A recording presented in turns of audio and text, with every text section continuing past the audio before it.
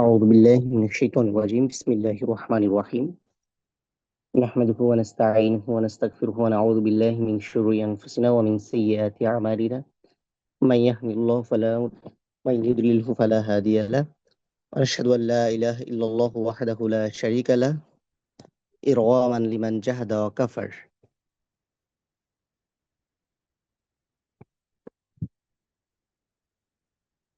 والصلاة والسلام على النبي الذي دعانا إلى الدين الإسلام بالحكمة والموعظة الحسنة وعلى آله وأصحابه الذين بذلوا جهدا مشقة لانتشار الدعوة الإسلامية في سائر أنحاء العالم. رب اشرح لي صدري ويسر لي أمري واحلل عقدة من لساني يفقهوا قولي ربي يسر ولا تعسر واتمم علينا بالخير. الحمد لله.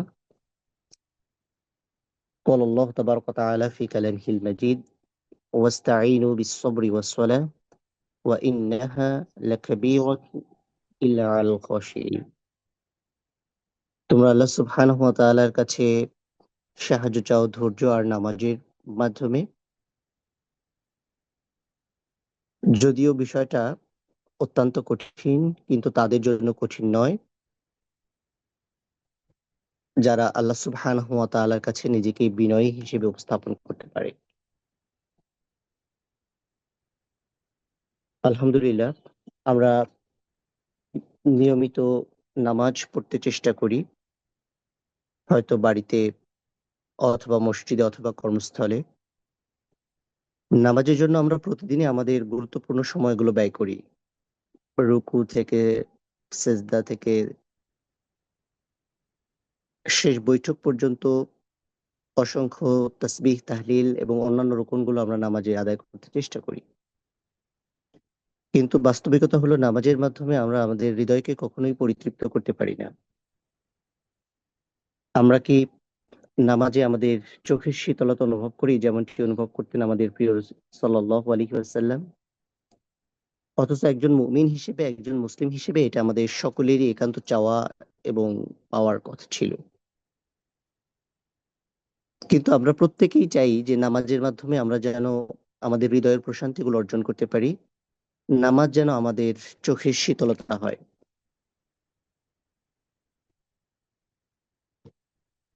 কিভাবে সেটা সম্ভব সেই চিন্তা করতে গিয়ে আমরা বেসিক্যালি বেশ কিছু বিষয় আজকে আপনাদের সামনে উপস্থাপন করতে চেষ্টা করবো ইনশাআল্লাহ।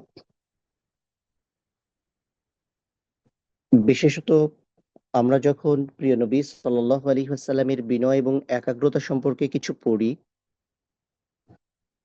অথবা সাহাবায়ে কেরাম, তাবতাবীন, তাবেঈন এবং সালফে সালেহিনদের বিনয় এবং একাগ্রতা সম্পর্কে আমরা যখন কিছু জানি, তখন আমরা মনে মনে কল্পনা করি যে আমরা এমন এক কল্পজগৎ সম্পর্কে পড়ছি যেটা আসলে আমাদেরকে দিয়ে বাস্তবায়ন করা সম্ভব নয়। অথবা তাদের বিনয় এবং একাগ্রতা সম্পর্কে যা জানছি বা পড়ছি তাতে সম্ভবত অতিরিক্ত কথা বলা হয়েছে বা অতিরঞ্জিত করা হয়েছে। ফলে সেগুলো আমাদের মেধা অথবা আমাদের বুদ্ধি গ্রহণ করতে সক্ষম হয় না।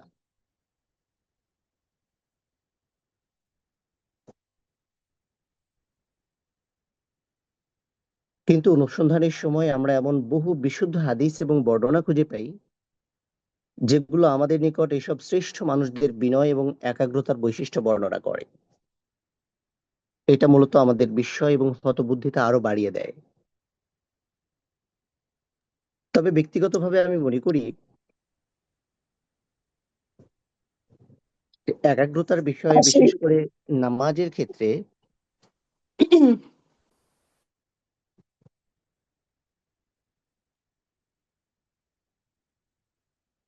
যেখানে পূর্ববর্তীরা পৌঁছেছেন তারা যেভাবে শুরু করেছিলেন আমরাও যদি সেভাবে শুরু করতে পারতাম তবে হয়তো আমরাও তাদের মতো ওই জায়গায় পৌঁছতে পারতাম। অর্থাৎ বস্তুগত জীবন পরিচালনায় পূর্ববর্তীরা যেখানে পৌঁছেছেন সেখান থেকে শুরু করাই সঠিক, এমনকি উত্তম। যেমন চিকিৎসা, প্রকৌশল, প্রশাসন, নেতৃত্ব, সংলাপ কৌশল বা যুদ্ধ ব্যবস্থাপনা ইত্যাদি। কিন্তু আধ্যাত্মিক এবং ইমানি বিষয়ে আমরা দেখতে পাই বিষয়টা পুরোটাই উল্টা। অর্থাৎ এইসব বিষয়ে ক্রমধারাটাই কাম্য। বিশেষ করে নামাজের খুশুর ব্যাপারগুলোতে অতি দ্রুত আচমকা শীর্ষ জায়গায় আরোহণ করার প্রয়াস মূলত আমাদেরকে ধ্বংস এবং বিপদের দিকে ঠেলে দেয়।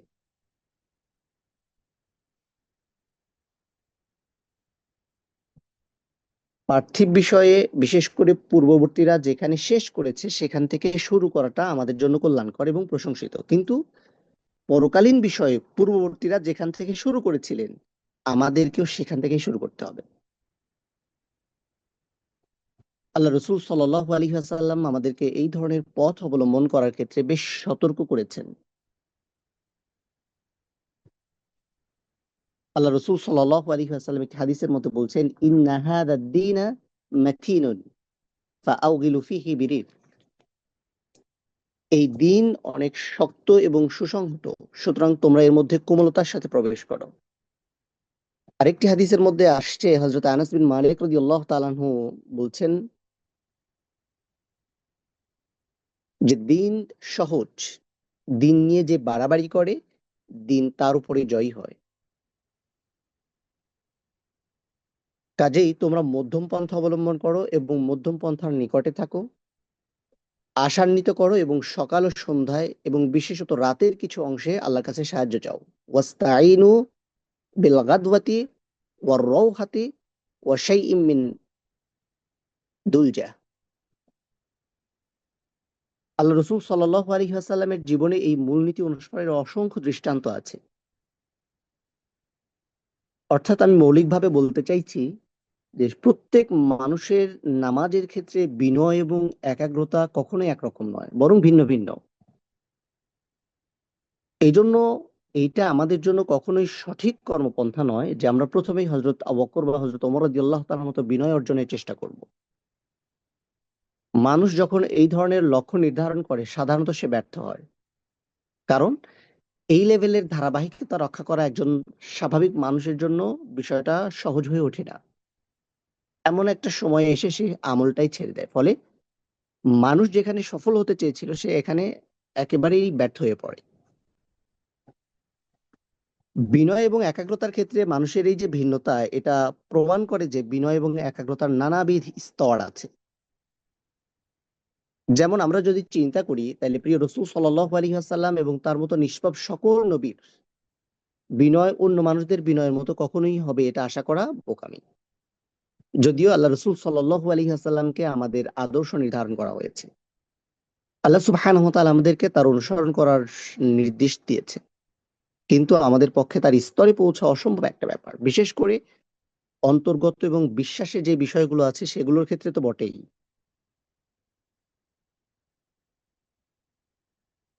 আল্লাহর কসম, আমি কিছুতেই নবীজি সাল্লাল্লাহু আলাইহি ওয়াসাল্লামের অনুসরণ এবং অনুকরণের ব্যাপারে নিষেধ করার জন্য এসব কথা বলছি না, বরং আমি যেটা বলতে চাই সেটা হলো যে প্রত্যেক মুমিন ব্যক্তি সবসময় নিজের সর্বোচ্চ ক্ষমতা দিয়ে তার আদর্শের পরিপূর্ণ অনুসরণের প্রচেষ্টা চালাবে। এই প্রচেষ্টা চালাতে গিয়ে আমরা হয়তো কোনো একটা জায়গায় অনেক দূর এগিয়ে যেতে পারবো, আবার কোনো একটা জায়গায় আমরা একেবারেই ব্যর্থ হয়ে যাব, কারণ আমাদের এই মানবিক দুর্বলতা রয়েছে। এই সকল দিক থেকে কেবলমাত্র নিষ্কলুষ বা নিখুঁত ছিলেন আল্লাহ রসুল সাল্লাল্লাহু আলাইহি ওয়াসাল্লাম। আল্লাহ সুবহানাহু ওয়া তাআলা যাদেরকে এই দুনিয়াতে বাছাই করে পরিশুদ্ধ করেছিলেন এবং নবুয়ত এবং রিসালাত দিয়েছিলেন। এমনকি আমরা সাহাবায়ে কেরামদের জীবনী যদি পর্যালোচনা করি বা তাবিঈদের অথবা আমাদের মুজতাহিদ যারা ছিলেন, আমাদের সলফে সালেহিন যারা ছিলেন, তাদের নামাজের বিনয় এবং একাগ্রতার বিষয়গুলো যদি আমরা খেয়াল করতে চেষ্টা করি তাহলে আমরা দেখব যে তাদের চিত্র ভিন্ন ভিন্ন ছিল। তাদের প্রত্যেকের অবস্থা একই রকম ছিল না। তাদের মধ্যে কেউ নামাজের দিক থেকে শ্রেষ্ঠ ছিলেন, কেউ সিয়ামে, কেউ জিহাদে, কেউ দানের ক্ষেত্রে। অর্থাৎ প্রত্যেকেই বিভিন্নভাবে শ্রেষ্ঠত্ব অর্জন করেছেন, কিন্তু সবগুলো বিষয়ে শ্রেষ্ঠত্ব অর্জন করেছেন এরকম মানুষের সংখ্যা কম। অর্থাৎ ইবাদত এবং আচার আচরণের ক্ষেত্রে একটা সর্বনিম্ন সীমা আছে, যেটা তারা সবাই সম্পন্ন করেছেন, কিন্তু সর্বোচ্চ যে স্তর, সেটা হয়তো খুব কম সংখ্যক মানুষই সকল সেক্টরে স্পর্শ করতে পেরেছে।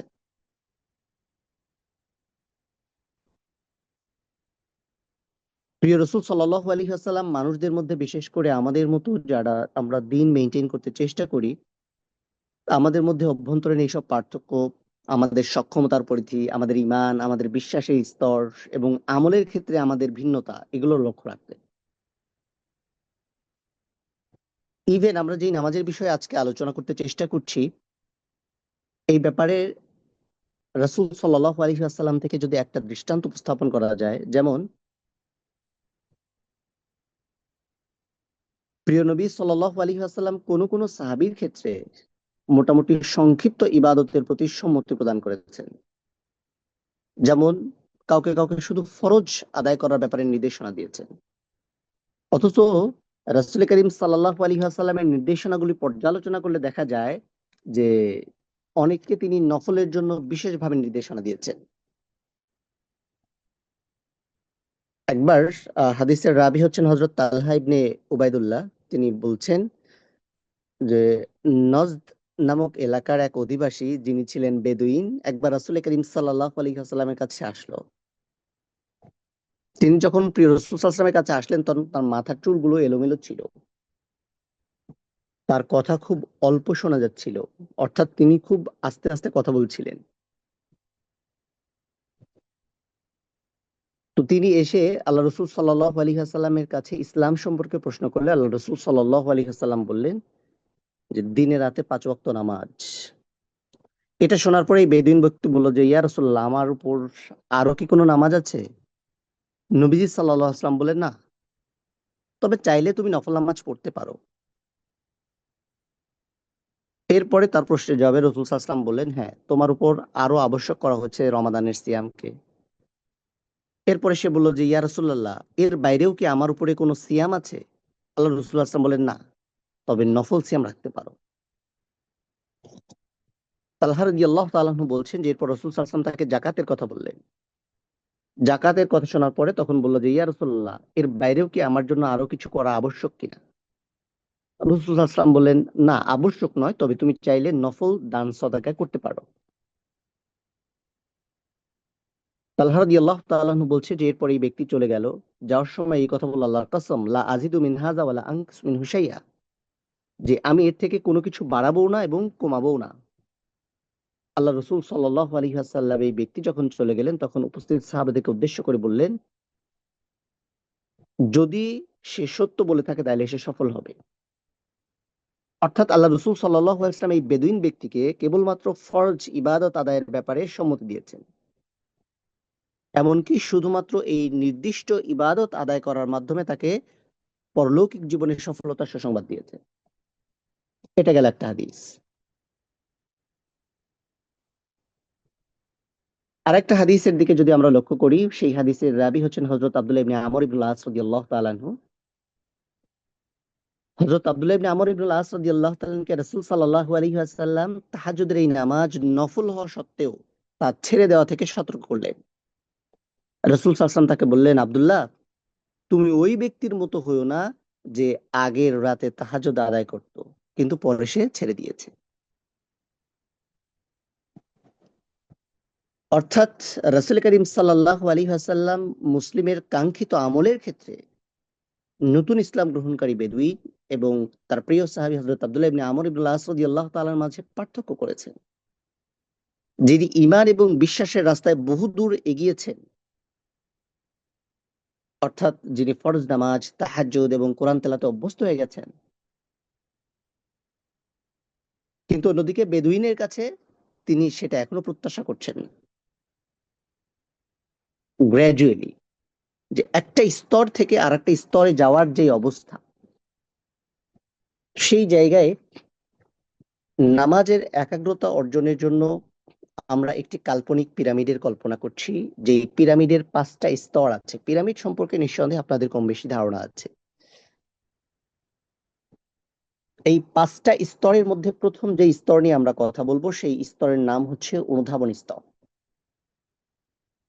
নামাজে একাগ্রতার ক্ষেত্রে প্রথম যে স্টেপটা আমাদেরকে ওভারকাম করতে হবে, ক্রস করতে হবে, সেটার নাম হচ্ছে অনুধাবনের স্তর। এই যে অনুধাবনের স্তরের কথা বলছি, এই অনুধাবনের স্তরটা অর্জিত হয় মানুষের পড়াশোনা এবং জ্ঞান অর্জনের মাধ্যমে। অর্থাৎ পড়াশোনার বাইরে, জ্ঞান অর্জনের বাইরে এই স্তর অতিক্রম করার সুযোগ মানুষের নাই।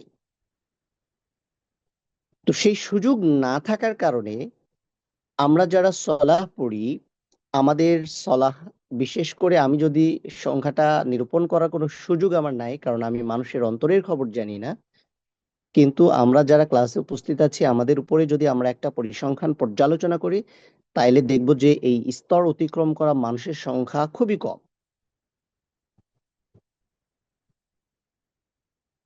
অনুধাবন দ্বারা আমাদের উদ্দেশ্য হলো আপনি যা বলছেন সেটা অনুধাবন করা এবং নামাজে পঠিত আয়াত, জিকির এবং দোয়াগুলোর কাঙ্ক্ষিত অর্থ বুঝতে পারা।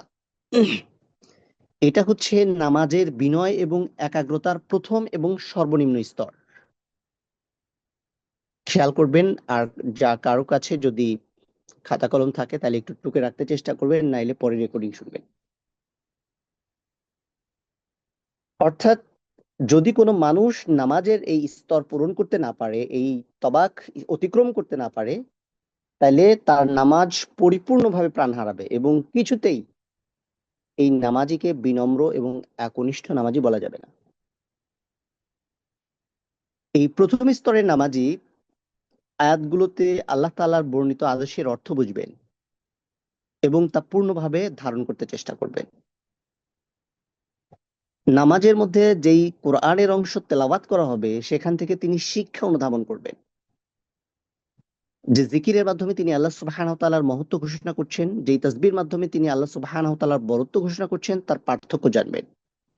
সুবহানা রাব্বিয়াল আলা এবং সুবহানা রাব্বিয়াল আযীম এর মধ্যে পার্থক্যটুকু অনুধাবনের শক্তি বা জ্ঞান বা পড়াশোনা এই স্তরের মানুষের অবশ্যই অতিক্রম করতে হবে।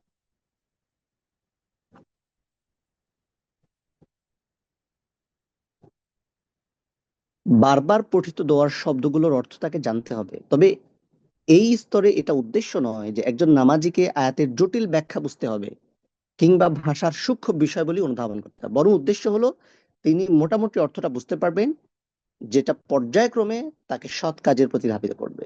যেমন আমরা যদি কোরআনের এই আয়াতটাকে উদাহরণ হিসেবে নিয়ে আসি, সূরা আল মুনাফিকুনের 10 নম্বর আয়াত, যেখানে আল্লাহ সুবহানাহু ওয়া তাআলা বলছেন ফাউযু বিল্লাহি মিনাশ শাইতানির রাজিম ওয়া আনফিকু মিম্মা রাযাকনাকুম মিন ক্বাবলি আন ইয়াতিয়া আহাদাকুমুল মাউত ফায়াকুলু রাব্বি লাউলা আখখারতানি ইলা আজালিন করিব ফাআসাদদাকা ওয়া আকুম মিনাস সলিহিন।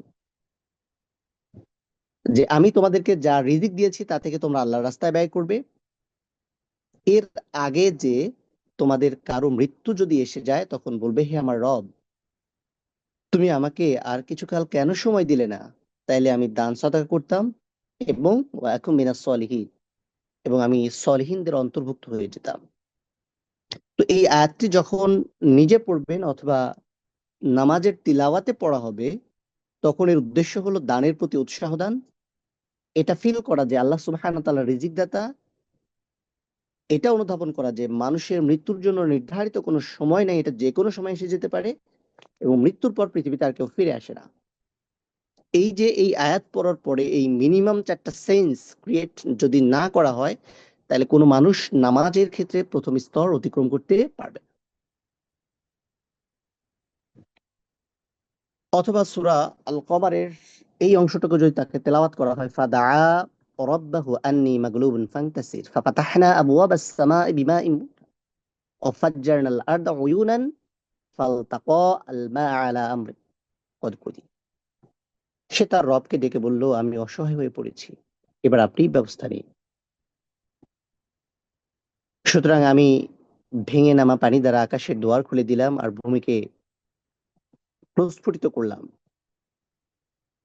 আর এভাবেই উভয় প্রকারের সমুদায় পানি মিলে গেল এক স্থিরকৃত কাজের জন্য।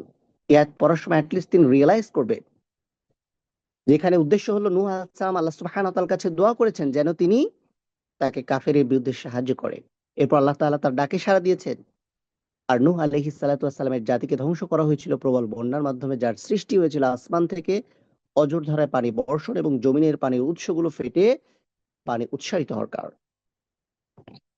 এই যে দুইটা আয়াত আমি আপনাদের সামনে উপস্থাপন করলাম, প্রথম আয়াতটা খুব সহজভাবে স্বাভাবিকভাবে সবাই বুঝেছেন যে এখানে আসলে কি কি করতে বলা হয়েছে, কিন্তু দ্বিতীয় আয়াত শোনার পরে কারো বোধগম্য হওয়ার কথা না, স্বাভাবিক প্রক্রিয়ায়, যে এখানে আসলে কোন নবীর ঘটনা কথা বলা হয়েছে, কেন বলা হয়েছে, কোন প্রেক্ষাপটে আল্লাহ সুবহানাহু ওয়া তাআলা এটা বলেছেন, তাই না?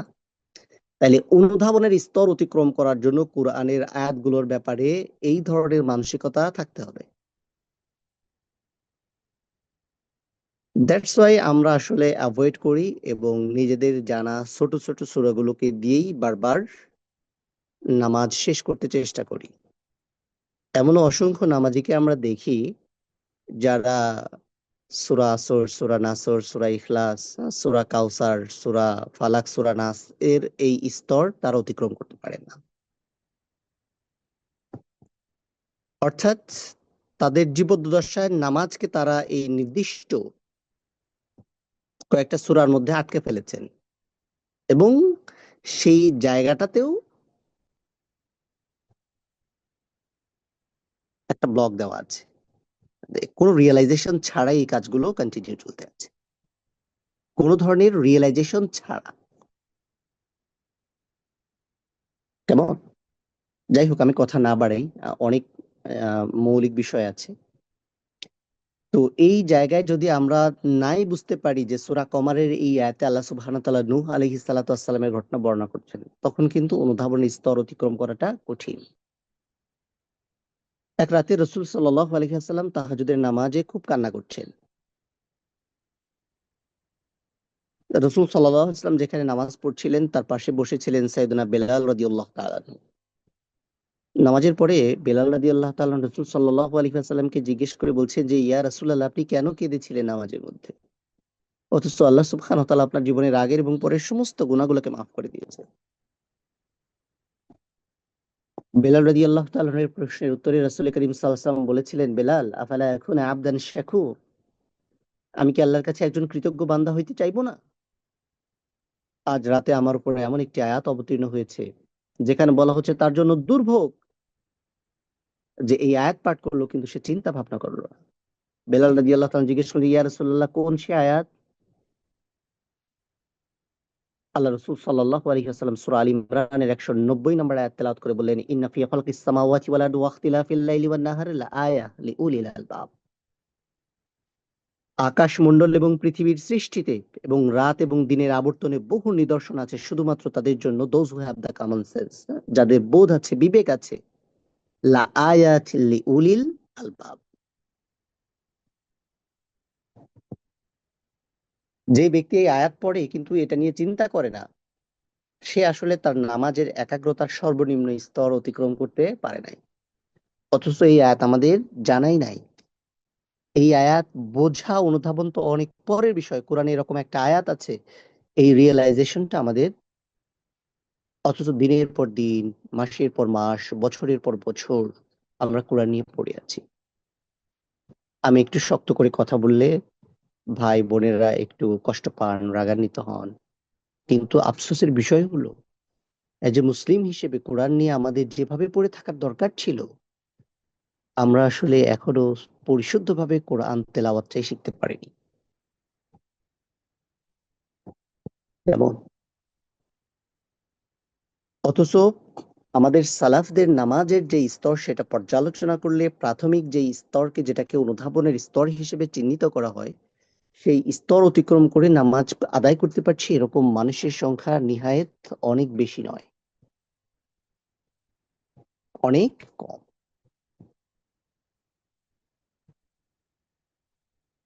অর্থাৎ দেখেন, একজন মানুষ কোরআন পড়ছে কিন্তু তার উদ্দেশ্য বাস্তবায়ন করেনি। উদ্দেশ্য কি ছিল? চিন্তা ভাবনা করা, বোঝা, অনুধাবন করা। আব্দুর রহমান ইবনে সুলাইমান, আমাদের একজন সালাফ রহিমাহুল্লাহ, তিনি বলেন যে আমি ইমাম আউজাই রহিমাহুল্লাহকে জিজ্ঞেস করেছিলাম এই দুর্ভোগ থেকে রক্ষার জন্য সর্বনিম্ন কতটুকু আমল করতে হবে। তখন তিনি চুপচাপ থাকলেন এবং বললেন এগুলো পড়বে এবং অনুধাবন করবে। অর্থাৎ আয়াতগুলো পড়ার পাশাপাশি এর অর্থ অনুধাবন করা কেবল একজন মানুষকে ওয়াইলুন অর্থাৎ দুর্ভোগ থেকে রক্ষা করতে পারে।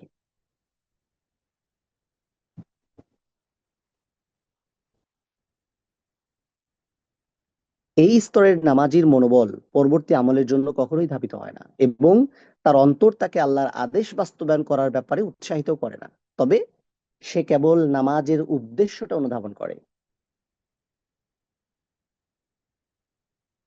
কিন্তু যখন তার হৃদয় তাকে পরবর্তী আমলের জন্য আন্দোলিত করে, উদ্বুদ্ধ করে, উৎসাহিত করে, তার মানে হলো সে প্রথম স্তর থেকে দ্বিতীয় স্তরে উন্নতি হয়েছে, এবং দ্বিতীয় স্তরকে যেটা আমরা বলি সেটা হচ্ছে আশা এবং আকাঙ্ক্ষার স্তর।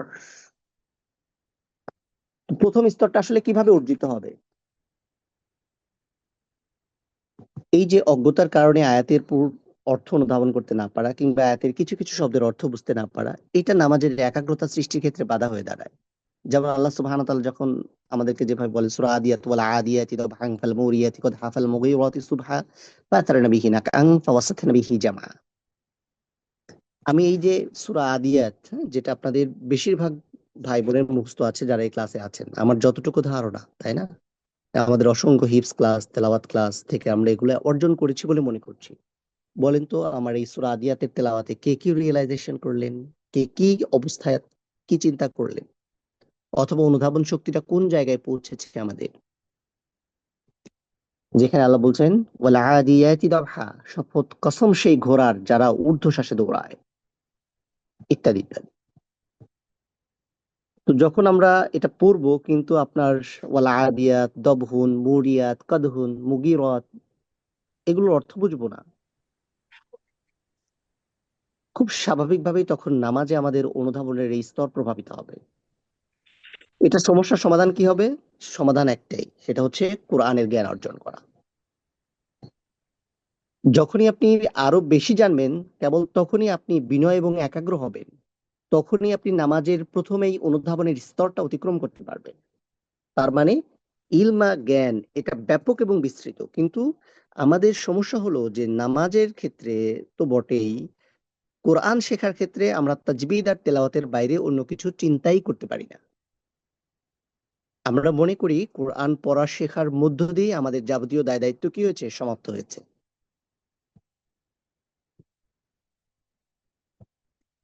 এটা এমন এক সমুদ্র যার কোনো কূল কিনারা নাই। সুতরাং যখনই আপনি আপনার যতটা জ্ঞান বৃদ্ধি করবেন, সেই অনুপাতে আপনার বিনয় এবং একাগ্রতাও বৃদ্ধি করতে পারবেন। এই জন্য আল্লাহ রসুল সাল্লাল্লাহু আলাইহি ওয়াসাল্লাম আমাদেরকে কোরআনিক দোয়া শিখিয়ে দিয়েছেন, ওয়াকুর রব্বি সিদনি ইলমা। বলুন, হে আমার রব, আপনি আমার জ্ঞান আরো বাড়ায় দেন। তাইলে প্রথম স্তর অতিক্রম করার ক্ষেত্রে আমাদের প্রথম যে কাজটা করতে হবে সেটা কি? জ্ঞান অর্জন। কিসের জ্ঞান? কোরআনের জ্ঞান। কতটুকু পর্যন্ত? যতটুকু জ্ঞান অর্জন করলে নামাজের তেলাওয়াতকৃত অংশর স্বাভাবিক অনুবাদ এবং স্বাভাবিক অনুবাদ জানা যায়, এবং সেখান থেকে অনুধাবন করা যায় যে আমাকে কি করতে হবে, কি করা যাবে না। অথবা আল্লাহ সুবহানাহু ওয়া তাআলা এই আয়াতের মাধ্যমে কি জানাতে চেয়েছেন, কি বোঝাতে চেয়েছেন, আমাদের জন্য এখানে চিন্তার কি খোরাক আছে? এই স্তর অতিক্রম না করার পেছনে আরেকটা কারণ আছে, সেটা হচ্ছে মনের বিক্ষিপ্ততা। অনেক সময় দেখা যাচ্ছে একজন নামাজি পূর্ণভাবে আয়াতের ক্ষেত্রে অর্থ বোঝে এবং অনুধাবন করে, কিন্তু তার মন থাকে অন্যদিকে। সে নামাজের মধ্যে বিভিন্ন জিনিস নিয়ে আসে, শত শত বিষয় নিয়ে চিন্তা করে, আজকের বাংলাদেশে কি হলো, রাজনীতি কোথায় কি, ইত্যাদি ইত্যাদি। এগুলো তার মনকে নামাজের যে জায়গায়, এখান থেকে বহু দূরে নিয়ে যায়। যেমন একজন ব্যক্তি পড়ছে ইয়া আইয়ুহাল্লাযীনা আমানুত্তাকুল্লাহ ওয়াল তানজুর নাফসুম মা কদ্দামাত লিগাদ ওয়াত্তাকুল্লাহ ইন্নাল্লাহা খাবীরুম বিমা তা'মালুন। হে মুমিন, তোমরা আল্লাহকে ভয় করো এবং প্রত্যেকেই এটা ভেবে দেখুক যে ওয়াল তানজুর নাফসুম মা কদ্দামাত লিগাদ, যে সে মৃত্যু পরবর্তী জীবনের জন্য কি পাঠিয়েছে, এটা প্রত্যেকের কি করা উচিত, ভাবা উচিত।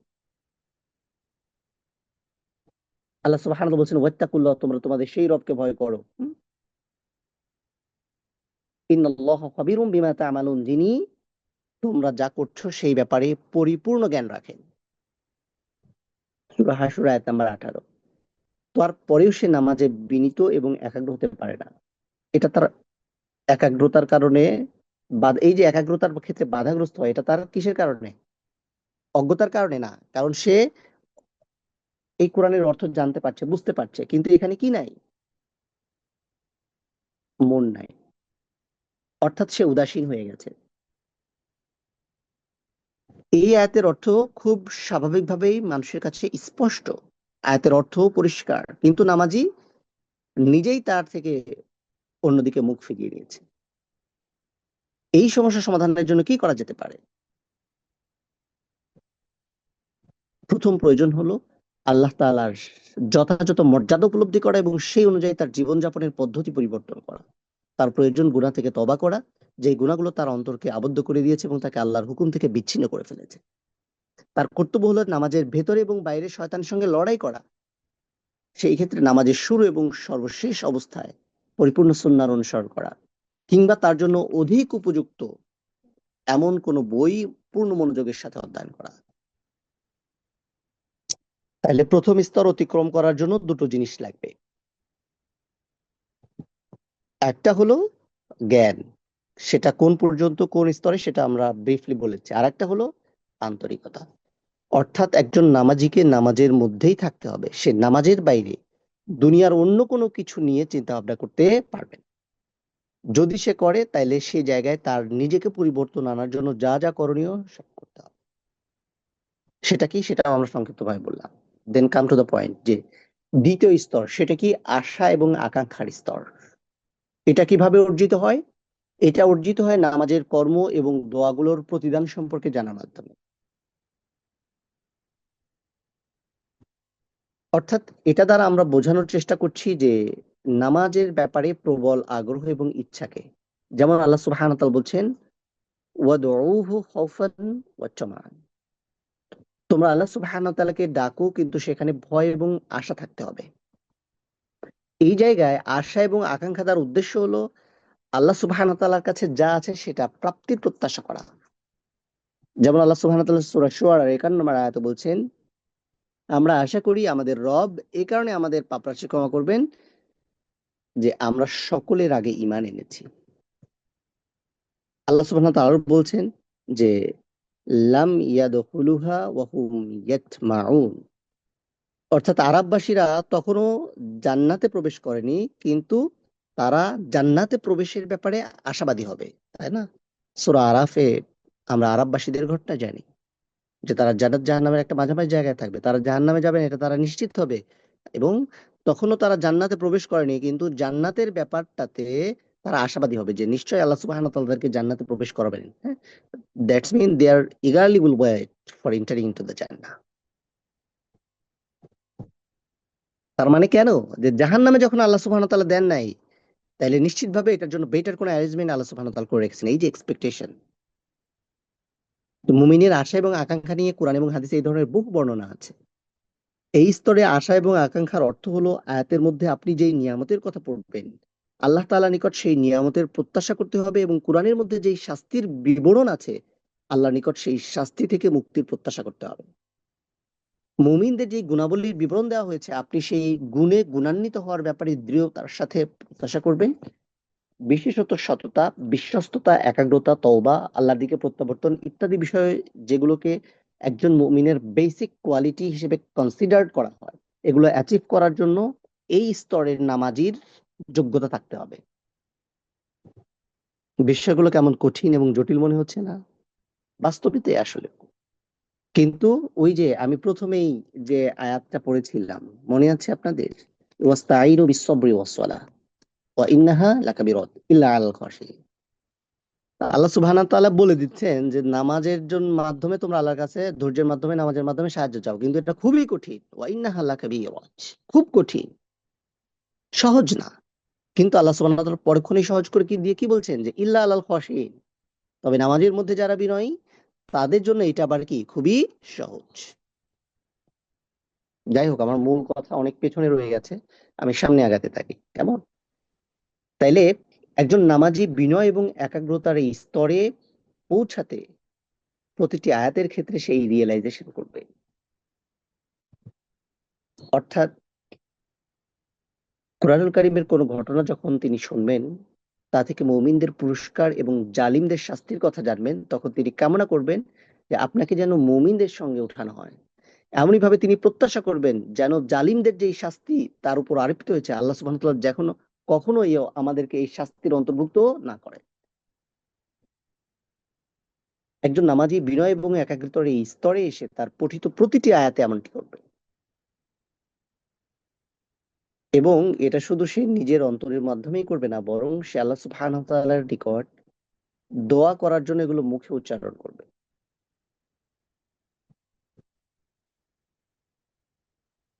আল্লাহ সুবহানাহু ওয়া তাআলার কাছে সে আশা করবে উত্তম প্রতিদানের, আর ভয় থাকবে আযাব এবং শাস্তির। আলা ইয়ালামু মান খালাক ওয়া হুয়াল লাতীফুল খবীর। অর্থাৎ যিনি সৃষ্টি করেছেন তিনি কি জানবেন না, অথচ তিনি সূক্ষ্মদর্শী এবং সবকিছু জানেন। এই কারণে আমাদের প্রতিদান এবং পুরস্কারের কথা তিনি কেবল সংক্ষিপ্তভাবে উল্লেখ করেন নাই, বরং তিনি আমাদের প্রতিদানের বিস্তারিত বিবরণ তুলে ধরেছেন। সুতরাং এর পরেও যদি আমরা এইসব প্রতিদানের ব্যাপারে আশান্বিত না হই, আপনার সামনে অনেক সাজানো গোছানো সুন্দর আপনার প্রত্যাশিত কাঙ্ক্ষিত বিষয়গুলো রেখে দেওয়া আছে, আপনি কি করে নিজেকে সংবরণ করবেন বলেন? যেমন ধরেন, আমাদের বোনদের মধ্যে কারো কারো স্বর্ণের প্রতি দুর্বলতা আছে।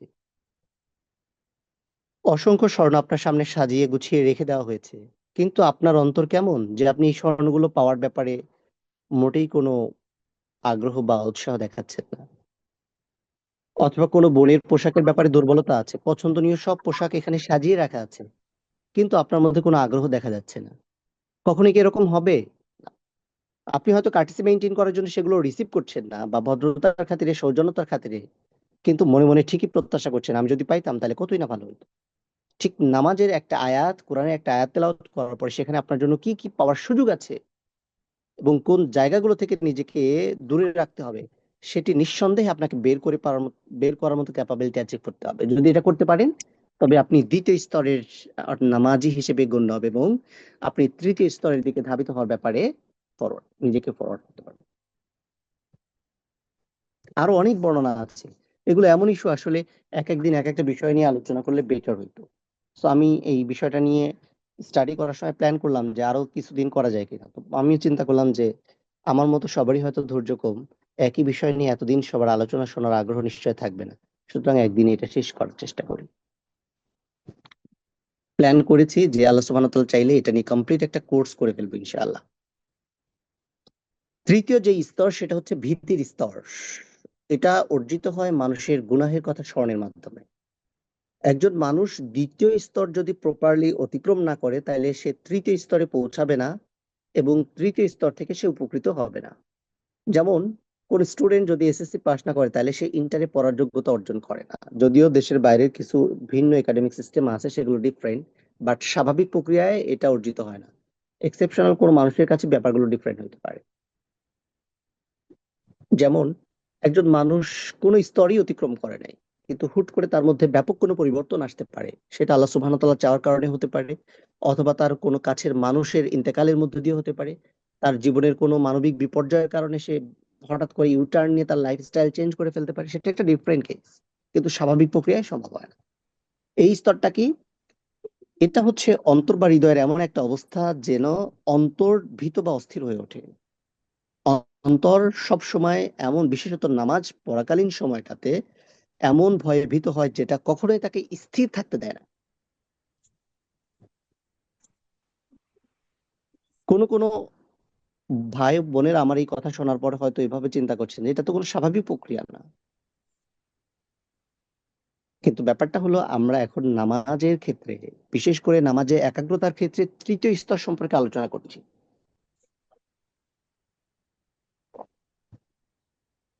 এই স্তরে যদি কোনো মানুষ পৌঁছায়, তবে আমাদের স্বাভাবিক জীবন প্রক্রিয়ায় তাকে অস্বাভাবিক মনে হবে।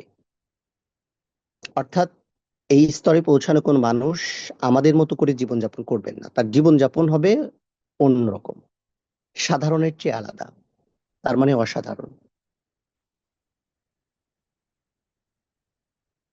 নামাজি প্রথম এবং দ্বিতীয় স্তরে নিজের অন্তরে এই ধরনের ভীতি বা ব্যথা অনুভব করে না। বাস্তবতা হলো, আমরা মনে করি যে নামাজি যতই তার একাগ্রতার উচ্চ স্তরে পৌঁছাক না কেন, ততই তার তৃপ্তি এবং শান্তি বৃদ্ধি পাবে। ব্যাপারটা সবসময় এরকম না, বরং এই স্তরে এসে নামাজি তার অন্তরে যে ভীতি অনুভব করবে, তার মধ্যে দুইটা কারণ থাকে। আর প্রথম কারণ হলো, সে নামাজে দাঁড়িয়েছে সকল জগতের রব আল্লাহ সুবহানাহু ওয়া তাআলার জন্য, এবং তারই সামনে দাঁড়িয়েছে। এই যে উপলব্ধি, যা মানুষকে ভীত না করে পারে না, একজন নামাজীকে এই স্তরে পৌঁছাতে হলে তাকে একাগ্রতার আগের দুইটি স্তর পার হয়ে আসতে হবে।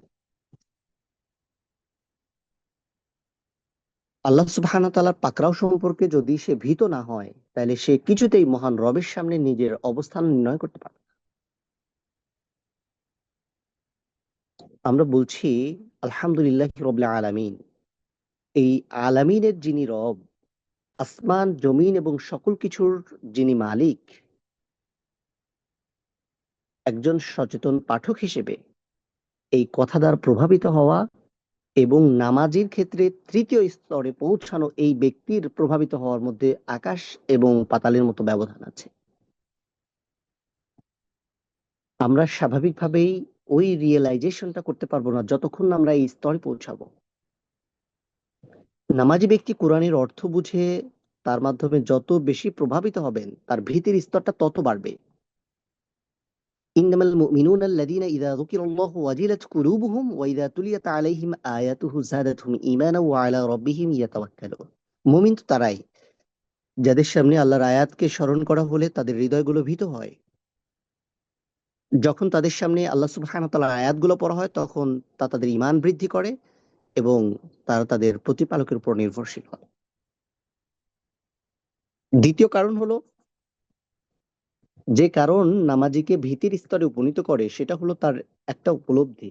অর্থাৎ কুরআনুল কারিমে মুমিনদের যে আমল এবং কর্ম সম্পর্কে সে পাঠ করে, তার নিজের আমল তো তাদের আমলের সমতুল্য নয়, তার নিজের একনিষ্ঠতা তো তাদের একনিষ্ঠতার মতো হতেই পারে না, তার ঈমান তাদের ঈমানের মতো নয়, তার দান সদকা তাদের দান সদকার মতো নয়। এরকম আরো অনেক বিষয় তাকে প্রভাবিত করে।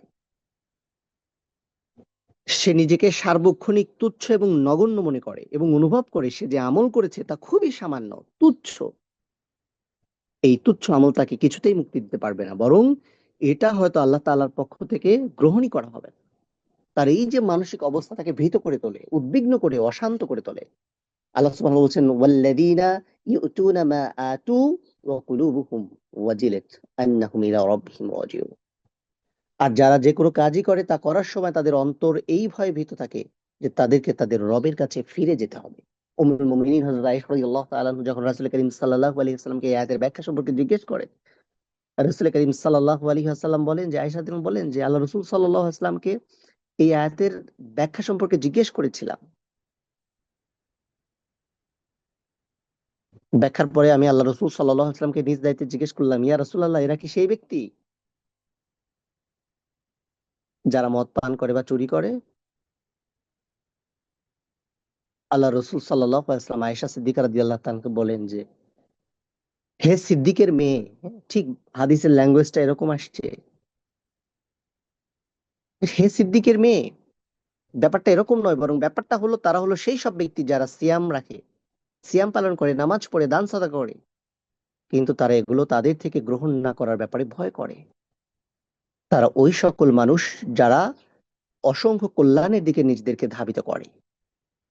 এই যে স্তর, ভীতির স্তর, এটা কষ্ট এবং বেদনাদায়ক, কিন্তু এইটা একজন মানুষের সফলতার ক্ষেত্রে খুব কাছাকাছি পর্যায়ের একটা স্তর। এই স্তরের বিনয় বা একাগ্রতা একটা বাধ্যতামূলক একাগ্রতা। নামাজি এটা দূর করার ক্ষমতা রাখে না। সে ইচ্ছে করেও তার মনকে নামাজ থেকে দূরে সরিয়ে রাখতে পারে না। তাহলে এই স্তরে পৌঁছানো ব্যক্তি চাইলেও নামাজের মধ্যে অন্য কোনো অপ্রাসঙ্গিক বিষয় তো দূরের কথা, তার জীবনের একান্ত প্রাসঙ্গিক বিষয়ে চিন্তা করতে পারে না। এবং এই অবস্থাটা একাগ্রতার ক্ষেত্রে নামাজীর আগের দুইটা স্তর থেকে ভিন্ন। কারণ এই স্তরে একজন নামাজী তার মনের বিরুদ্ধে যুদ্ধ করে, যেন সে কোরআনের সাথে আরো বেশি সংযুক্ত হতে পারে, নামাজে পঠিত কোরআনের বিষয়গুলোকে আরো বেশি অনুধাবন করতে পারে।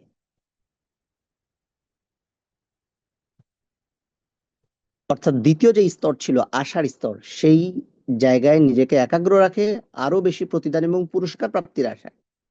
কিন্তু তৃতীয় স্তরে এসে ব্যাপারগুলো ডিফারেন্ট হয়ে যায়।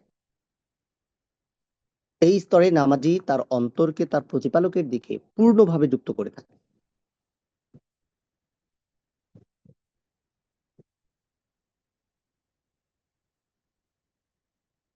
এই স্তরে এসে সূরা হিজরের 50 নম্বর আয়াতে আল্লাহ সুবহানাহু ওয়া তাআলা বলছেন যে ওয়া আন্না আযাবি হুয়াল আযাবুল আলীম, এবং এটাও তাদেরকে জানিয়ে দাও যে আমার শাস্তি অত্যন্ত মর্মন্তুদ শাস্তি।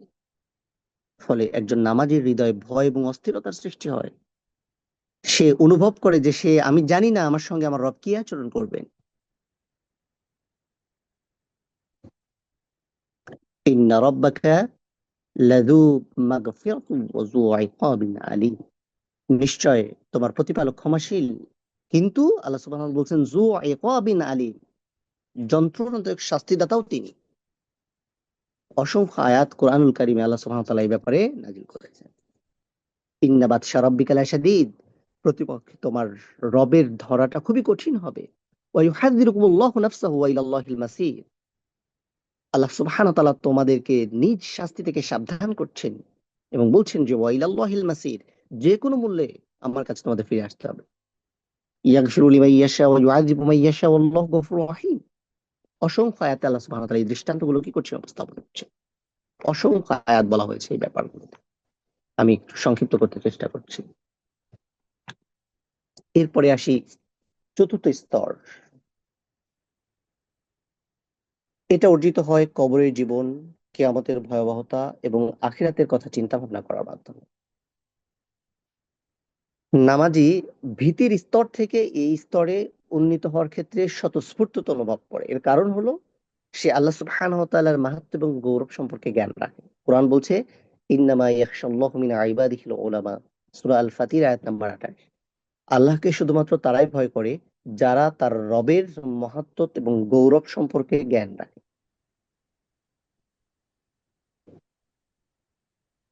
ভয় করাকে জ্ঞানীদের দিকে আল্লাহ সুবহানাহু ওয়া তাআলা রিলেট করেছে।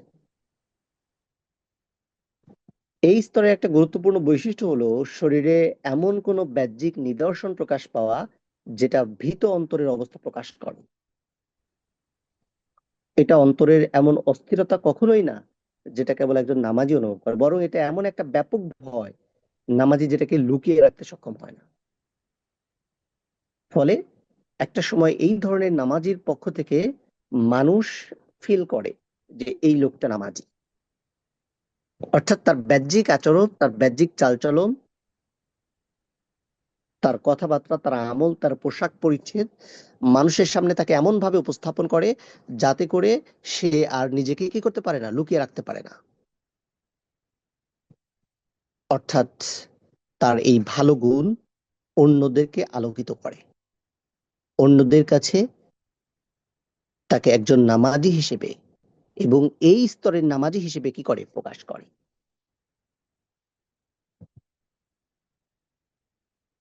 যেমন এই ভয়ের নিদর্শন হিসেবে শরীরে কাঁপুনি বা কম্পন শুরু হতে পারে, এমনকি ভয়ে মানুষের পশম দাঁড়িয়ে যেতে পারে। আল্লাহ বলছেন আল্লাহু নাজ্জালা আহসানাল হাদিস কিতাবাম মুতাশাবিহা মাথানিয়া তাকশাইরু মিনহু জুলুদুল্লাযীনা ইয়াখশাউনা রাব্বাহুম। আল্লাহ অবতীর্ণ করেছেন এমন সব উত্তম বাণী, এমন এক কিতাব যার বিষয়বস্তু সমূহ পরস্পর সুসামঞ্জস্যপূর্ণ, এর বক্তব্যগুলো পুনরাবৃত্তিকৃত। যারা তাদের প্রতিপালককে ভয় করে এর দ্বারা তারা প্রকম্পিত হয়। এখানে আল্লাহ সুবহানাহু ওয়া তাআলা প্রকম্পিত হওয়ার বিষয়টা তাদের জন্য ব্যক্ত করেছেন যারা নামাজের এই স্তরে পৌঁছাইতে পারে এবং নামাজের মধ্যে তাদের প্রতিপালককে এমন ভাবে ভয় করে যে এই ভয়ের কারণে তাদের শরীরের লোমগুলো দাঁড়িয়ে যায়।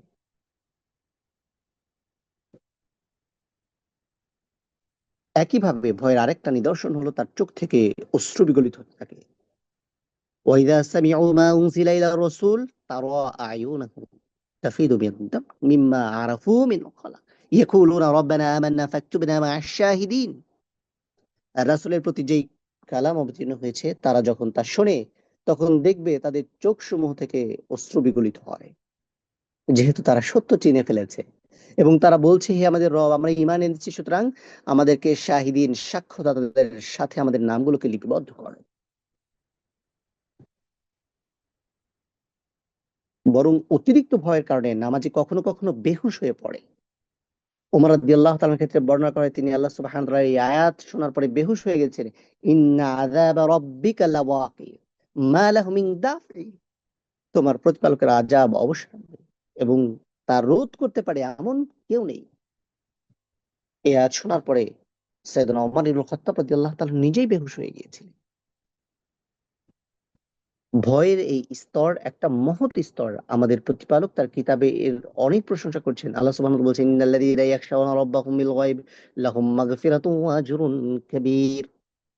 যারা তাদের প্রতিপালককে না দেখে ভয় করে, নিঃসন্দেহে তাদের জন্য কি আছে? মাগফিরাতুন ওয়া আজরুন কাবীর। আব্দুল ইবনে আব্বাস রাদিয়াল্লাহু তাআলা থেকে বর্ণনা, যে হাদিসটা তিনি বর্ণনা করছেন, তাতে আল্লাহ রাসূল সাল্লাল্লাহু আলাইহি ওয়াসাল্লাম সুসংবাদ দিয়ে বলেছেন, ওই দুই চোখকে কখনোই জাহান্নাম স্পর্শ করবে না। দুইটা চোখ, এর মধ্যে একটা হলো যে আল্লাহ, যেই চোখ আল্লাহ সুবহানাহু ওয়া তাআলা ভয়ে কান্না করেছে, আর একটা হলো যেই চোখ আল্লাহর রাস্তায় পাহারায় বিনিদ্র রাত্রি যাপন করেছে। আমরা ভীতির স্তরে উল্লেখ করেছি, দেখেন যে নামাজি ক্রমে আশার স্তর, এবং যেই স্তরে নামাজি আল্লাহ তাআলার শক্তি এবং শাস্তির গুণাবলীর পরিবর্তে তার দয়া এবং অনুগ্রহের গুণাবলীর দিকে প্রাথমিকভাবে ধাবিত চলে, এই স্তর থেকে তুলনামূলক একটি ভারসাম্যপূর্ণ স্তরে সে উপনীত হয়। এই জায়গায় এসে সে আল্লাহ সুবহানাহু ওয়া তাআলা পরাক্রমশালিতা, তার শক্তিমত্তার গুণাবলীর দিকে ধাবিত হয়। নিজের গুনাহসমূহের কথা স্মরণ করতে শুরু করে, ফলে সে ভীত এবং শঙ্কিত হয়। এই স্তর যদি অতিক্রম করতে পারে, সেটা তার শরীরের উপরে, এমনকি তার শরীরের প্রতিটি অঙ্গের উপরে প্রভাব ফেলে। হয় তার অন্তর কেঁপে ওঠে, অথবা তার শরীর প্রকম্পিত হয়, অথবা তার চোখ অশ্রুসিক্ত হয়। এবং এখানে আশা এবং প্রত্যাশার পরিবর্তে অন্তরে ভয় এবং শঙ্কার দিকটা বেশি প্রভাব বিস্তার করে। এ কারণে সে অস্থির হয়ে যায়, এবং এই স্তরে এসে মানুষ দুনিয়ার ভোগ্য সম্পদ থেকে নির্মোহ হয়ে পড়ে। কারণ এই স্তরটি কেবল নামাজের সময়ের মধ্যে আর সীমাবদ্ধ থাকে না, বরং এটা একটা সার্বক্ষণিক অবস্থা। এবং এই উচ্চ স্তরে উন্নীত মুমিন সবসময় আল্লাহর ভয়ে ভীত সন্ত্রস্ত অবস্থায় তার জীবনকে পরিচালনা করার চেষ্টা করে। ওই যে আমরা পড়ি যে ইন্না সলাতা তানহা আনিল ফাহশাই ওয়াল মুনকার, সেই কথাগুলো এই স্তরের নামাজির ক্ষেত্রে প্রযোজ্য। এই স্তরের নামাজি কেবল সমস্ত হালাল তো হারাম তো দূরের কথা, কখনো কখনো হালাল কাজ থেকেও নিজেকে দূরে। এই স্তরে যদি কোনো মানুষ পৌঁছায়, তখন শরীয়তের মৌলিক কোনো বিষয়ে আর সে নিজেকে পরাভূত করে। আল্লাহ এবং তার প্রিয় রাসূল সাল্লাল্লাহু আলাইহি ওয়াসাল্লাম যা আদেশ করেছেন এবং যা নিষেধ করেছেন, এই স্তরের একজন নামাজি খুব সহজেই সেই সব বিষয়গুলো অনুকরণ এবং অনুসরণ করতে পারে।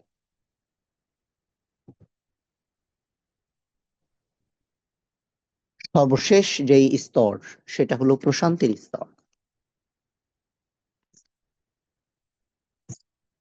এটা কিভাবে অর্জিত হয়?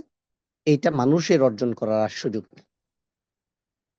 এইটা আমার রবের একান্ত দয়া। অর্থাৎ কোন মানুষ যখন তার নিজস্ব প্রচেষ্টার মধ্য দিয়ে আগের চারটি ধাপ অতিক্রম করে, তখন আপনা আপনি আল্লাহ সুবহানাহু ওয়া তাআলার পক্ষ থেকে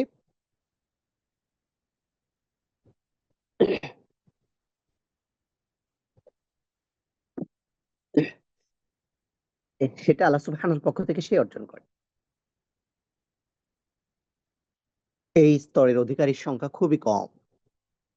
সালাফদের পরিভাষায় বলা হয়, তারা নিজেরা যেমন সৌভাগ্যবান এবং তারা পৃথিবীতে থাকার কারণে গোটা পৃথিবীবাসীও তাদের কারণে সৌভাগ্যবান। এটা হচ্ছে বিনয় এবং একাগ্রতার ক্ষেত্রে, নামাজের ক্ষেত্রে যেই পিরামিডের গল্প আমি আপনাদের সাথে শুরুতে করেছিলাম, সেটার শীর্ষ চূড়া। এখানে যদি কোনো অন্তর পৌঁছাতে পারে, সেই অন্তর তৃপ্ত এবং প্রশান্ত হয়। তাকে যেই ভীতি অস্থির করে রাখতো, সেটা দূরে চলে যায়। তবে ভয় তখনও থেকে যায়, কিন্তু আল্লাহ সুবহানাহু ওয়া তাআলার ব্যাপারে আসার সঙ্গে সেটা এক আশ্চর্যজনক ভারসাম্যতায় স্থির হয়ে আসে। অর্থাৎ ভয়ের সঙ্গে ভালোবাসা, ভীতির সঙ্গে প্রত্যাশা তাকে একসাথে উদ্বেলিত করে। এই অবস্থায় নামাজি কোরআনুল কারীমের প্রতিটি আয়াত না, প্রতিটি বর্ণকে উপভোগ করে। জীবনের প্রতিটি মুহূর্ত সে দয়াময় আল্লাহ সুবহানাহু ওয়া তাআলার সামনে অতিবাহিত করে। আল্লাহ তাআলার বাড়িতে যেই বৈশিষ্ট্যের কথা বলা হয়েছে, এটা হলো সেই বৈশিষ্ট্য। যেমন আল্লাহ সুবহানাহু বলছেন, সুম্মা তালিনু জুলুদুহুম ওয়া কুলুবুহুম ইলা যিকরিল্লাহ। তাদের দেহ, মন, হৃদয় সব আল্লাহর স্মরণে ঝুঁকে পড়ে এবং বিগলিত হয়। আরেকটি আয়াতে সূরা রাদের ২৮ নম্বর আয়াতে আল্লাহ সুবহানাহু বলছেন, আল্লাযীনা আমানু ওয়া তাতমাইন্নু কুলুবুহুম বিযিকরিল্লাহ আলা বিযিকরিল্লাহি তাতমাইন্নাল কুলুব। এরা হলো সেই সব মানুষ যারা ঈমান এনেছে এবং যাদের অন্তর আল্লাহর জিকিরে প্রশান্তি লাভ করেছে। স্মরণ রেখো, মানুষের অন্তর কেবল আল্লাহর জিক্রেই প্রশান্তি লাভ করে। এই যে অন্তর তৃপ্ত এবং প্রশান্ত হয়, এবং এটাকে সালাফদের পরিভাষায় বলা হচ্ছে নামাজীদের মধ্যে সৌভাগ্যের সর্বোচ্চ চূড়া। এই উচ্চ স্তরের নামাজি নামাজকে কখনো নিছক একটা দায়িত্ব হিসেবে কল্পনা করে না, বরং এটা সম্পন্ন করে সে অবসর হতে চায়। এটা এমন ভাবে সম্পন্ন করতে চায় যে পৃথিবীতে তার চেয়ে ভালোভাবে যেন এটা আর কেউ শেষ করতে না পারে। এবং এটা শেষ করার সাথে সাথে সে তার রবের সাথে মিলিত হওয়ার জন্য, রবের সান্নিধ্য অর্জন করার জন্য একদম উন্মাত্ত হয়ে যায়, পাগল হয়ে যায়। কারণ এটাকে সে মেরাজ হিসেবে পায় এবং সে রবের সান্নিধ্য অনুভব করতে পারে, এবং রবের জন্য সে নিজেকে পরিপূর্ণভাবে দিওয়ানা করে ফেলে।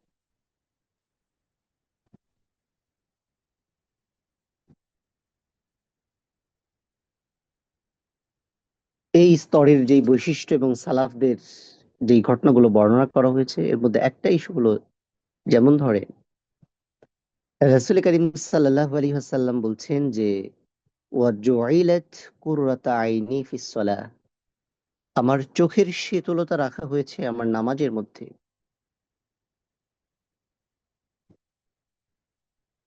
রাসূল করিম সাল্লাল্লাহু আলাইহি ওয়াসাল্লাম নামাজের প্রতি এত বেশি বেলিত থাকতেন, একবার তিনি বেলাল রাদিয়াল্লাহু তাআলাকে বলে ফেলেন যে ইয়া বেলাল আরিফনা বিস সালাহ, তাড়াতাড়ি আজান দাও না কেন, আর নামাজের মাধ্যমে আমি আমার হৃদয়কে প্রশান্ত করতে চাই।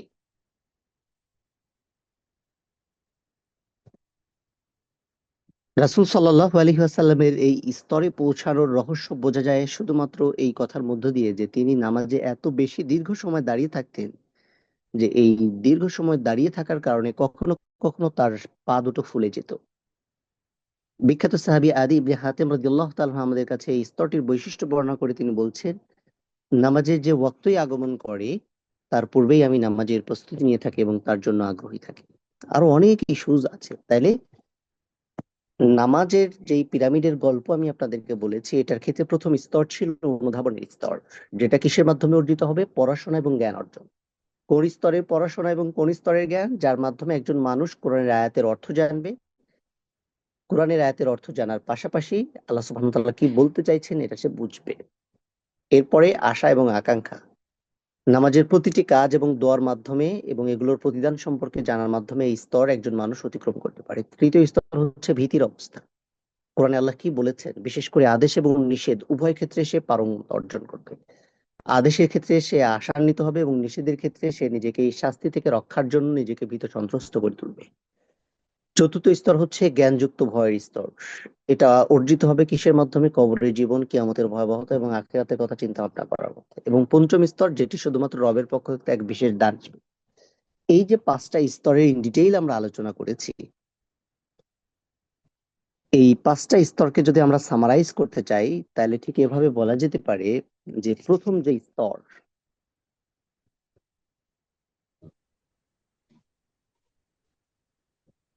এটি একজন মানুষকে অর্জন না করা পর্যন্ত তার জ্ঞান অর্জন এমন ভাবে অব্যাহত রাখতে হবে যেন সে খুবই ক্ষুধার্ত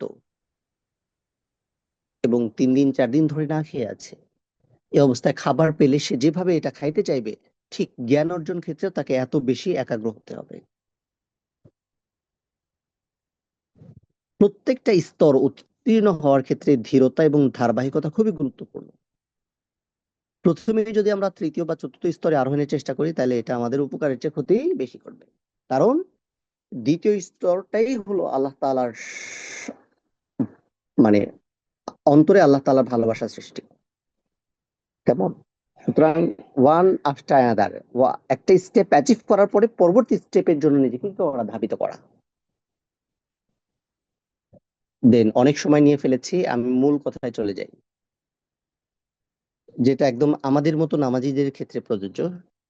আমরা আসলে প্রাইমারি স্টেজে কি করতে পারি? প্রাইমারি স্টেজ গুলোতে আমাদের কি করা উচিত? তো এই ক্ষেত্রে আমাদের প্রথম যে বিষয়টা চিন্তা ভাবনা করা উচিত, সেটা হলো যে আমরা নামাজের ক্ষেত্রে কি কি আচরণ বা কি অবস্থায় নামাজ আদায় করব।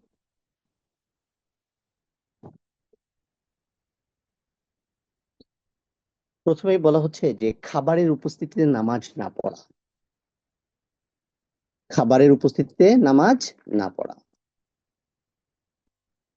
লা সলাতা বি হাদরাতি তাআম। আল্লাহ রাসূল সাল্লাল্লাহু আলাইহি ওয়াসাল্লাম বলেছেন খাবার উপস্থিত আছে এই অবস্থায় নামাজ চলবে না। জুমার নামাজ আছে আজকে, তাই না? বাসায় ভালো মন্দ রান্না বান্না করা হবে। অবস্থাটা যদি এমন হয় যে নামাজ যাই হোক খাওয়াটা গুরুত্বপূর্ণ, তাহলে আমাদের লেভেলে এসে প্রথম ব্যাপার হচ্ছে এই জায়গাতে আমাদের কি করতে হবে? সতর্ক থাকতে হবে। আগে খেয়ে তারপরে নামাজে দাঁড়ান, কোনো সমস্যা নেই। কিন্তু খাবারকে সামনে রেখে নামাজ পড়া যাবে না, এটা আল্লাহ রাসূল সাল্লাল্লাহু আলাইহি ওয়াসাল্লামের কি আছে? নিষেধ আছে। এবং একাগ্রতার ক্ষেত্রে